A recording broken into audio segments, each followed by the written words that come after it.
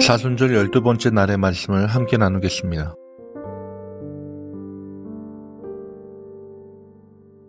마가복음 5장 25절로 30절의 말씀을 쉬운 성경으로 제가 읽어드리겠습니다.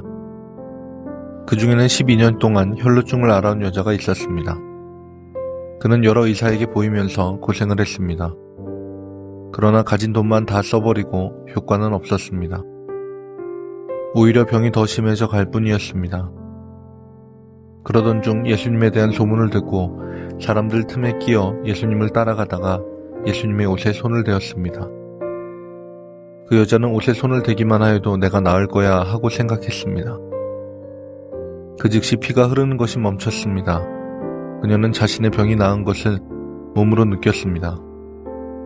바로 그때 예수님께서 자신에게서 능력이 나가는 것을 느끼셨습니다.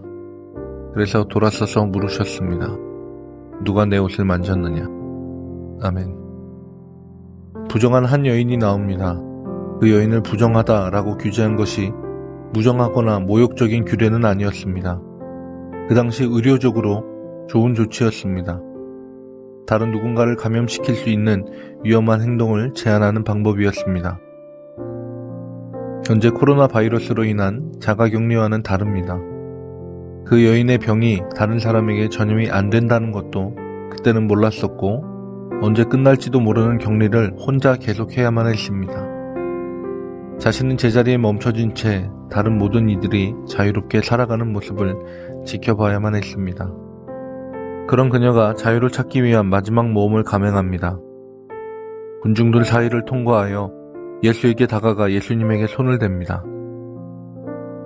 통상적인 개념으로는 예수님도 그녀로 인해 부정해져야 하지만 부정함이 예수님에게 흘러간 것이 아니라 거꾸로 능력이 예수님에게서 나와서 그녀에게로 흘러갑니다.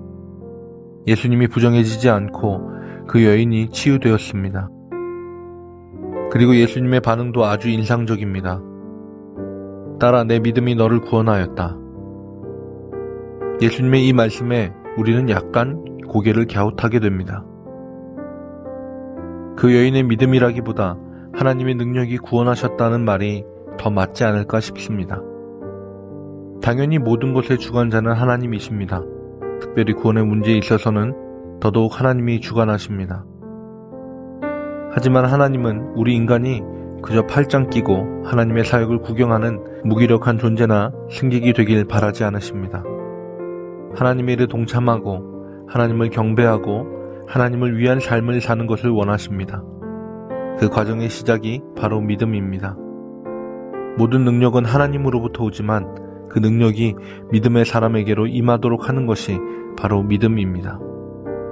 혈루병에 걸린 여인의 구원을 얻는 믿음과 그 여인을 향한 예수님의 말씀을 보면서 우리는 어떤 생각이 듭니까?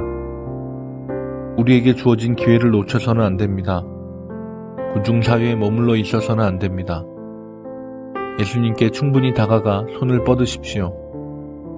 예수님의 옷자락이라도 닿으면 낫겠다는 마음으로 그 옷자락을 만지십시오. 주님이 우리를 돌아보시고 그 여인에게 하셨던 말씀을 우리에게 해주실 것입니다. 너의 믿음이 너를 구원하였다.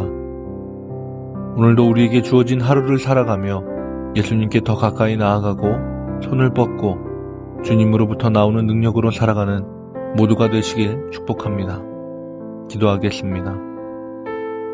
은혜로운 주님, 군중들 가운데서 주님을 향하여 손을 뻗을 수 있는 믿음을 주옵소서. 주님이 우리의 삶에 일하시도록 주님을 붙잡게 하여 주옵소서. 옷자락이라도 붙잡는 간절한 믿음으로 이 하루를 살게 하옵소서. 예수님의 이름으로 기도합니다. 아멘.